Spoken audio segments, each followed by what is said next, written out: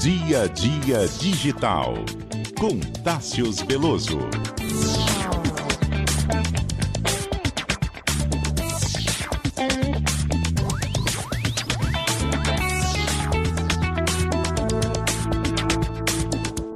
Bom dia para você, Tássius Veloso.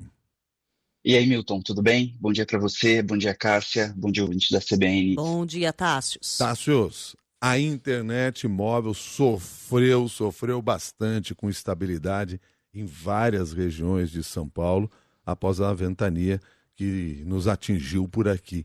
Por que é tão difícil retomar esses serviços de telefonia também? Eu digo também porque a gente está vendo isso com a energia elétrica, mas sinal de internet está com encrenca. E lembrando, Milton, que internet, serviço de telecomunicação, é considerado serviço essencial já há alguns anos. Na pandemia, ele foi reclassificado, mas sim, existe essa dificuldade. E assim, no cerne da questão, é meio que chovendo molhado aqui, mas sem a eletricidade não há a internet. Existe uma grande dificuldade quando essas duas coisas elas estão assim associadas. E aí, o que acontece, então? Eu mapeei aqui, ontem de noite conversei com uma pessoa que é uma das grandes conhecedoras do setor de telecomunicações do Brasil. E aí fui lá perguntar, tá bom, mas a partir daí, por exemplo, não tem um backup, não tem nada nessas antenas, e a gente precisa entender que lá na torre de telefonia, que fica no topo do prédio, que fica em alguns postes, etc.,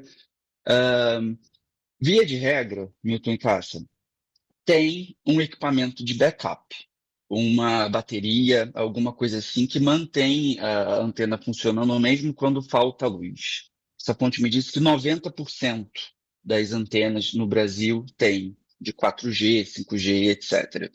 O problema é que essas baterias elas têm uma limitação de capacidade. Depois de um determinado período, elas também param de funcionar.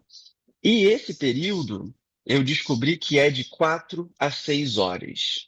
Aí me digam, faz quanto tempo que a região metropolitana de São Paulo está com dificuldade, não é, Milton e Muito mais Cássia? que isso, né? 40 horas. Exatamente. Então não tem sistema de backup, de no-break, como se diz, que faça essas torres aguentarem tanto tempo assim. Agora, a boa notícia, entre muitas aspas aqui, é que esse sistema já é um sistema automatizado. Então, uma vez que retorna a eletricidade para aquele prédio ou para aquela região onde no momento está sem serviço de telefonia, de internet, é, os próprios equipamentos eles já se religam automaticamente, já se regulam automaticamente e a coisa toda volta a funcionar. Então, em tese, não há necessidade de mandar técnicos, carros com técnicos dessas grandes operadoras para fazerem a reativação dessas localidades. Então, isso é uma possibilidade. Mas precisa ter a energia. Eu também falei com os representantes da associação Conexis, que representa as grandes operadoras. Aí tem TIM, Claro e Vivo entre elas. Perguntei, mas tá, tem uma previsão para voltar? Como é que está isso? E eles explicaram que as equipes estão atuando para restabelecer o serviço no menor tempo possível, aí vírgula aqui, assim que os pontos afetados sejam liberados e a energia restabelecida pela concessionária.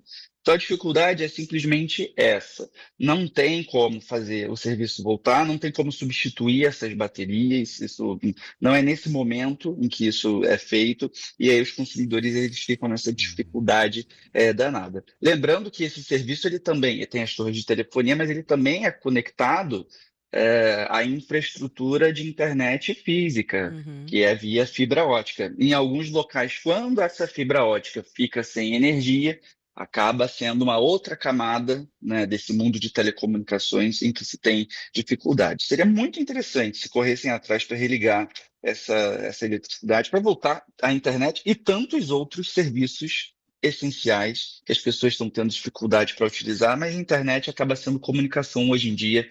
Então, você ficar sem saber o que está acontecendo é uma dificuldade adicional para os moradores de São Paulo e região metropolitana, Milton e Cássia. Então a gente tem esse mesmo processo na telefonia e, como você está dizendo, também na internet na banda larga.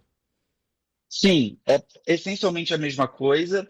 A diferença da banda larga cabeada, banda larga por fibra ótica, é que às vezes, dependendo de onde se está, não tem essas baterias. A gente não está falando de torres, a gente está falando de uma infraestrutura cabeada, ou que passa por dentro dos prédios e tal. Mas a principal reclamação, sem sombra de dúvida, tem sido da internet móvel. A pessoa não conseguir ligar o 4G ou 5G para saber o que está acontecendo é uma complicação e não, assim, não tem para onde correr. A realidade é essa. Eu até perguntei, daria para colocar geradores, daria para colocar aquelas torres emergenciais, vou chamar aqui assim, que algumas operadoras colocam, por exemplo, em festivais, no Réveillon de Copacabana, que aí você reforça o sinal durante um determinado período. Me falaram que não, porque, primeiro, não tem tantos geradores, não tem tantos equipamentos, e, além de tudo, tem a dificuldade de definir, tá, mas em que pontos da cidade você vai colocar esses componentes de rede tão escassos? Quem você vai Então, isso não. privilegiar nesse momento, né? Exatamente. E a Agora, coisa deveria funcionar para todo mundo. só uma última questão aqui, porque diante de tudo isso, também há um outro impacto, e isso ficou muito claro no dia de ontem, que é a dificuldade de ligação pelo celular. O 5G em muitas regiões praticamente desaparece. Ontem, em determinados pontos que eu andava pela cidade, só aparecia o G no meu celular. Sinal praticamente zero. E aí você não consegue mandar WhatsApp, mensagem. Ou seja, você perde a conexão por completo, né? E, Milton, assim, no dia a dia, hoje eu estou em São Paulo, por uma coincidência. Bem No dia a feito. dia, a gente percebe que o Falar que com é? propriedade. Bem feito para você. Exatamente. No dia a dia, a gente já tem visto dificuldade das pessoas porque as redes andam muito sobrecarregadas. E aí, quando entra numa situação como essa, Exato. a coisa degringola. Claro, claro. Houve casos, inclusive, no Rio Grande do Sul, por exemplo, em que, quando foi uma situação de catástrofe total, as operadoras retiraram as barreiras. Então, o cliente da Claro conseguia conectar na da TIM e vice-versa com outras prestadoras. Mas isso foi feito em situações muitíssimo pontuais.